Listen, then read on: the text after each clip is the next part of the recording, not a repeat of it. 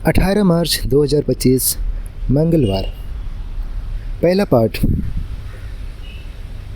नबी इसायास का ग्रंथ अध्याय 1 पद संख्या 10 और 16 से 20। भलाई करना सीखो, न्यायी बनो। सोदोम के शासकों, प्रभु की वाणी सुनो। गोमोरा के लोगों, हमारे ईश्वर की शिक्षा पर ध्यान दो। अपने को धो और शुद्ध हो जाओ। अपने कुकर्मों को मेरी दृष्टि से ओझल कर दो। बुराई करना छोड़ दो और भलाई करना सीखो, न्यायी बनो। पद दलितों की सहायता करो, अनाथों को न्याय दिलाओ और विधवाओं की रक्षा करो। प्रभु कहता है, आओ और मेरी बात पर विचार करो। तुम्हारे पाप सिंदूर की तरह लाल क्यों ना हो, वे हिम की तरह उज्ज्वल हो जाएंगे। वे किरमिज की तरह मटमैले क्यों ना हो, वे ऊन की तरह श्वेत हो जाएंगे। यदि तुम आज्ञा पालन स्वीकार करोगे तो भूमि की उपज खाकर तृप्त हो जाओगे, किंतु यदि तुम अस्वीकार कर विद्रोह करोगे तो तलवार की घाट उतार दिए जाओगे। यह प्रभु की वाणी है। ईश्वर को धन्यवाद। भजन अनुवाक्य। सदाचारी ही ईश्वर के मुक्ति विधान के दर्शन करेंगे। मैं यज्ञों के कारण तुम पर दोष नहीं लगाता हूँ। तुम्हारे बलिदान को सदा मेरे सामने है। मुझे ना तो तुम्हारे घरों के सांड चाहिए और ना तुम्हारे बाड़ों के बकरे ही। अनुवाक्य। सदाचारी ही ईश्वर के मुक्ति विधान के दर्शन करेंगे। तुम मेरी संहिता का तिरस्कार करते और मेरी बातों पर ध्यान नहीं देते हो, तो तुम मेरी आज्ञाओं का पाठ और मेरे विधान की चर्चा क्यों करते हो। अनुवाक्य। सदाचारी ही ईश्वर के मुक्ति विधान के दर्शन करेंगे। तुम यह सब करते हो और मैं चुप रहूं? क्या तुम मुझे अपने जैसे समझते हो? जो धन्यवाद का बलिदान चढ़ाता है वही मेरा आदर करता है। सदाचारी ही ईश्वर के मुक्ति विधान के दर्शन करेगा। अनुवाक्य। सदाचारी ही ईश्वर के मुक्ति विधान के दर्शन करेगा। जय घोष। मत्ती के अनुसार आज का पवित्र सुसमाचार अध्याय 23 पद संख्या 1 से 2। वे कहते तो हैं पर करते नहीं। यीशु ने जनसमूह तथा अपने शिष्यों से कहा, शास्त्री और फरीसी मूसा की गद्दी पर बैठे हैं, इसलिए वे तुम लोगों से जो कुछ कहें वह करते हैं और मानते रहो। परंतु उनके कर्मों का अनुकरण ना करो, क्योंकि वे कहते तो हैं पर करते नहीं।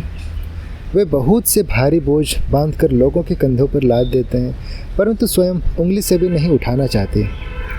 वे हर काम लोगों का ध्यान आकर्षित करने के लिए करते हैं। वे अपने ताबी चौड़े कर अपने कपड़ों के झब्बे लंबे कर देते हैं।